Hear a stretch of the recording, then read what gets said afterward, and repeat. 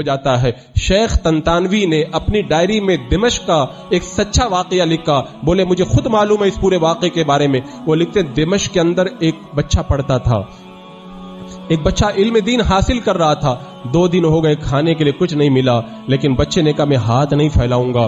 آخر جب تیسرا دن آیا، بے ہوشی طاری ہونے لگی، اس نے کہا شریعت اجازت دیتی ہے 3 دن تک اگر کھانے کے لیے کچھ نہ ملے تو اس کے بعد میں تو کچھ نہ کچھ کرنا چاہیے۔ اب وہ مکان جس مسجد میں پڑھتا تھا اس مسجد سے مکانوں کی چھتیں ملی ہوئی تھی، وہ اپنی مسجد کی چھت پہ چڑھا اور ایک ایک مکان کی چھت کو کودتا ہوا اندر جھانکتا ہوا گیا۔ ایک مکان میں دیکھا کہ اس کے اندر کوئی نہیں ہے، کھانے کی خوشبو آ رہی ہے۔ شیخ طنطاوی لکھتے ہیں وہ بچہ طالب علم 3 دن کا بھوکا تھا، خوشبو سونگی نا جب کھانے کی وہ بےتاب ہو گیا، مکان کے اندر کود پڑا، کوئی نہیں تھا۔ وہ کچن کے اندر گیا، اندر اس نے ڈھکن کھولا تو بینگن تیار کیے ہوئے رکھے تھے، وہ گرم گرم بینگن تھے، بھوک کی وجہ سے اسے کچھ بھی نہیں سمجھ میں آ رہا تھا۔ اس نے ایک بینگن نکالا، منہ میں رکھا، دانت سے کاٹا، فوراً اس کی عقل ٹھکانے آ گئی۔ اس نے کہا کہ اپنی بھوک مٹانے کے لیے تو اپنے مولا کو ناراض کرے گا، چوری کرے گا، یہ ایک طالب علم کا کام نہیں ہے، یہ گناہ تجھے نہیں کرنا چاہیے۔ فوراً اس نے بینگن کو واپس اس میں رکھا اور چپ چاپ نکل کر کے مسجد میں آیا۔ استاد پڑھا رہے تھے، شیخ آ کر کے درس میں بیٹھ گیا، لیکن بھوک کی وجہ سے انہیں کچھ بھی نہیں پتا چل پا رہا تھا میرا استاد مجھے کیا پڑھا رہا ہے۔ ان کی عقل بھوک کی وجہ سے بےتاب تھی۔ ابھی درس ختم ہوا، سب چلے گئے، وہ بچہ وہیں بیٹھ گیا۔ ایک خاتون نقاب پوش آئی اور آ کر کے شیخ سے کہتی ہے میرے شوہر کا انتقال ہو گیا، میری شادی کروا دو، میرا چچا میرے ساتھ میں آیا، وہی میرا محرم ہے، میرے ساتھ میں اور کوئی نہیں ہے۔ اس بچے کو قریب بلایا استاد نے، کہا بیٹا تمہاری شادی ہو گئی ہے؟ کہا نہیں استاد محترم میری شادی نہیں ہوئی ہے۔ کہا تم شادی کیوں نہیں کرتے؟ کہا بہت غریب آدمی ہوں، ایک روٹی کا ٹکڑا کھانے کے لیے پیسہ نہیں ہے، میں شادی کیسے کروں؟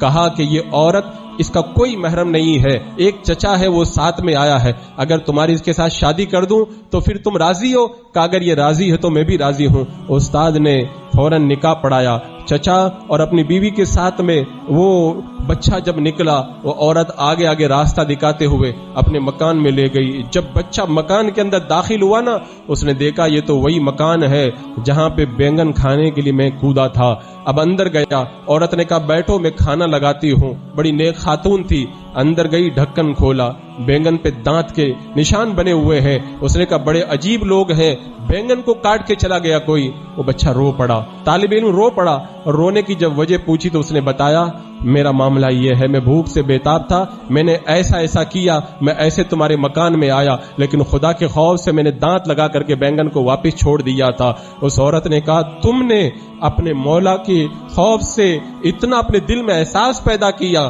کہ تم نے گناہ نہیں کیا اور چوری سے پرہیز کیا۔ جب تم نے رب کی بارگاہ میں رجوع کیا نا، اللہ نے تم پر اتنا کرم کیا، وہ کھانا بھی تمہیں دے دیا، اس کھانے کی مالکہ بھی تمہارے نکاح میں دے دی، اور اس کی جتنی دولت ہے اس کا پورا مالک اللہ نے تمہیں بنا دیا ہے۔ بندہ جب اللہ سے ڈرتا ہے نا تو اللہ تبارک و تعالیٰ اس کے لیے ایسی راہیں پیدا کرتا ہے جہاں بندہ گمان بھی نہیں کر سکتا کہ میرے لیے کوئی ایسی راہ پیدا ہوگی۔ اسی لیے ہمارے بزرگوں نے کہا غم ستائیں تو توبہ کرو، استغفار کرو، اگر اولاد نہ ہو توبہ استغفار کرو، اگر تمہارے رزق میں تنگی ہو جائے توبہ استغفار کرو، بارش نہ ہو توبہ استغفار کرو، رشتہ دار پریشان کریں توبہ استغفار کرو، اگر دنیا تنگ ہو جائے توبہ استغفار کرو، اگر اولاد ستائے توبہ استغفار کرو، دنیا کے سارے غم تمہیں گھیر لیں، زمین تم پر تنگ ہو جائے تو اس کی بارگاہ میں آ جاؤ جس نے زمین کو بھی پیدا کیا ہے اور تم کو بھی پیدا کیا ہے۔ جب اس کی بارگاہ میں آ کر کے رو کے کہو کہ مولا مجھ سے غلطی ہوئی، مجھ سے خطا ہوئی، میرے آقا صلی اللہ تعالی علیہ وسلم خطاب فرما رہے ہیں، ایک صحابی رو پڑے، میرے آقا نے فرمایا یہ رو رہے ہیں نا، اس کے رونے کی وجہ سے، اس کے رونے کی وجہ سے اگر ہمارے درمیان بڑے بڑے گنہگار بھی ہوتے تو اللہ تعالیٰ سب کے گناہوں کو معاف کر دیتا۔